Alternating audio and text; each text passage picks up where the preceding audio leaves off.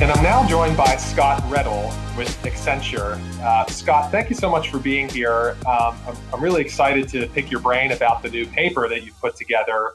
Tell us about your actual role at Accenture, what your formal title is, and what you do in the day-to-day. John, delighted to be here. Thanks for having me. So I run our wealth industry group at Accenture. So as lead of that group, my remit is really the full portfolio of work that we do with all kind of firms in the wealth management industry. And that ranges from your classic wealth managers and brokerage firms to the banks and insurers who are also delivering advice, and increasingly the retirement segment that's aggressively competing in this space. Right. So, what I love about my job is getting to see that broad spectrum of advice and wealth management, and very much an industry that's under change and that we're excited to be a part of. Totally. And your background, Scott, I mean, you are involved in this paper talking about AI. You kind of spoke about it already, but I'll just ask you the pointed question. Why now? Why write this paper now? Or to me, it reflects the fact that what you said. We're at a critical juncture here where the technology is reaching a point where it can make a big difference. Is that fair to say? We've sort of reached this apex where big data, along with really cloud at this juncture, is unlocking a lot of horsepower for what firms can do.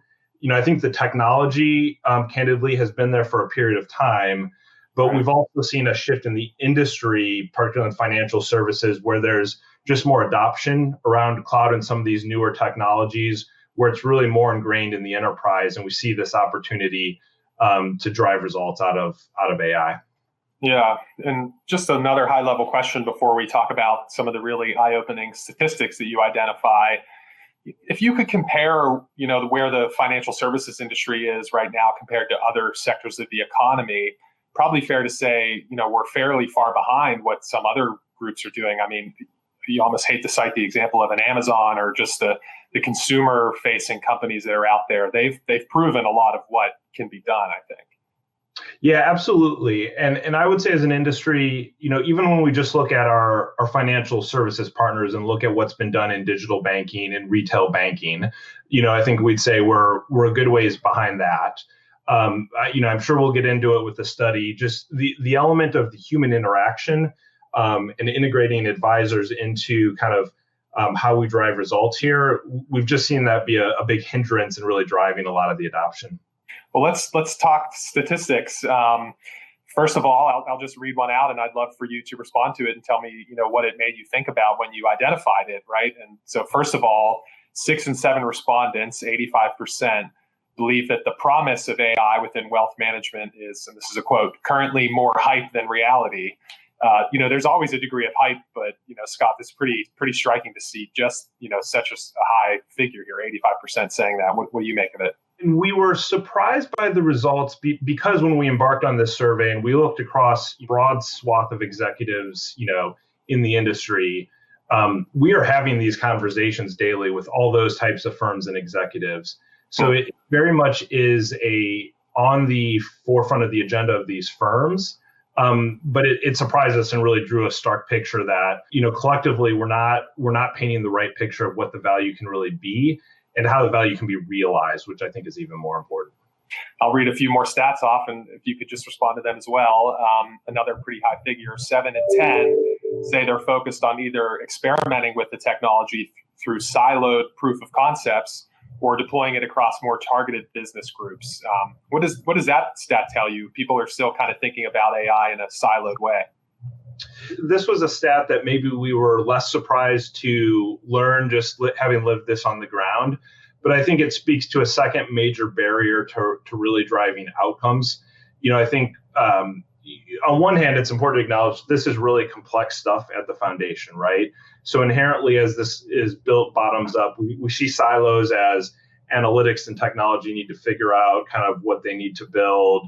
The business needs to understand kind of what they want to drive towards, but it needs to be effectively coordinated. And when we see kind of the lack of top-down, either coordination, governance, and commitment from leadership, we just see a lot of churn and spinning. And that's really what's eroded the ROI is these silos. Yeah.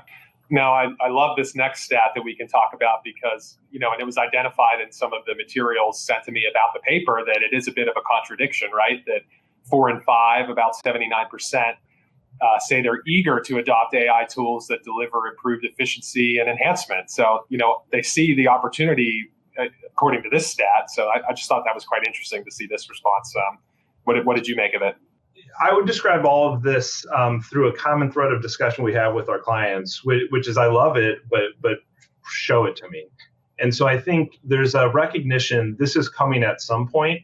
And I think, the data shows that. I think the data also shows there's kind of mixed view from the market of where the value is going to be generated across the value chain and how meaningful that value will be. Yeah, absolutely. Another relevant stat, I think nearly 2/3, 65% of respondents believe AI can create the most long-term value in middle office functions, including investment management and operations, whereas only 35% believe that it can improve client experience and engagement. We've kind of talked around that point, but perhaps you could speak to that, right? It's easier perhaps to see the value in the middle office. AI as part of investment management kind of makes sense as a concept, but as we were saying, how do you make it part of the client engagement experience? What do you say about that? This was a bit surprising, but I think we understood why this data came back the way it did. We attribute this to a couple of things. One, the back office is a little more straightforward. It's more of an automation play. There's maybe less kind of detailed analytics that you need there. We've also seen it's an area that's shielded from the client at the end of the day. So you're going to take more chances. You're going to take more risk. And so our clients have been at it longer. And so, we understand where the industry is at, but, we're very focused when we think about generating value from this of moving towards the front office. Yeah.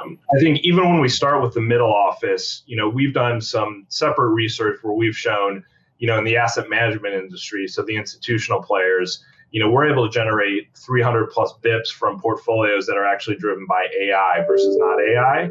So we can see this in the investment management space. The trick then becomes how do we kind of take those kind of results and translate them to insights we're serving up to advisors around investment recommendations, around topics to speak with your clients about. And that's where I think we have a ways to go. Yeah. Apologies if you don't have anything off the top of your head, but I wonder if you can envision what some of those insights would be that would be helpful to advisors. I guess it's understanding, where your clients are and maybe how they might react to certain pieces of information at certain times. Is that the kind of thing we're talking about, or what would you say? So at the core of this, it's really about allowing the advisors to deepen their relationship with the client. So going back to your earlier point, it's not supplanting the advisor. A couple things I'd point to is one, in the prospecting phase, there's a much richer set of actions we can take as we learn about the prospect around what type of advisor to pair with them, if that's the scenario. What type of conversation should we be having with them? What type of offers to help kind of bring them on as a client? Once they're a client, then it's exactly what you described. So as there are market events or new products that your firm is rolling out, who are the clients that have the most propensity to benefit from that information or product? And how do you deliver it in a way that you're deepening the relationship? In the near term, I think it's fair to say that advisors still underestimate AI at least a little bit. Do you think that's true? And of course, you're working to change that.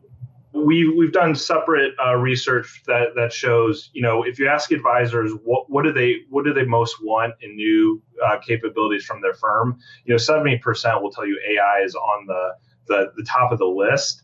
But then when you look at kind of what do they want to use it for, it still has fairly rote capabilities around managing their book of business, delivering very basic content or other insights.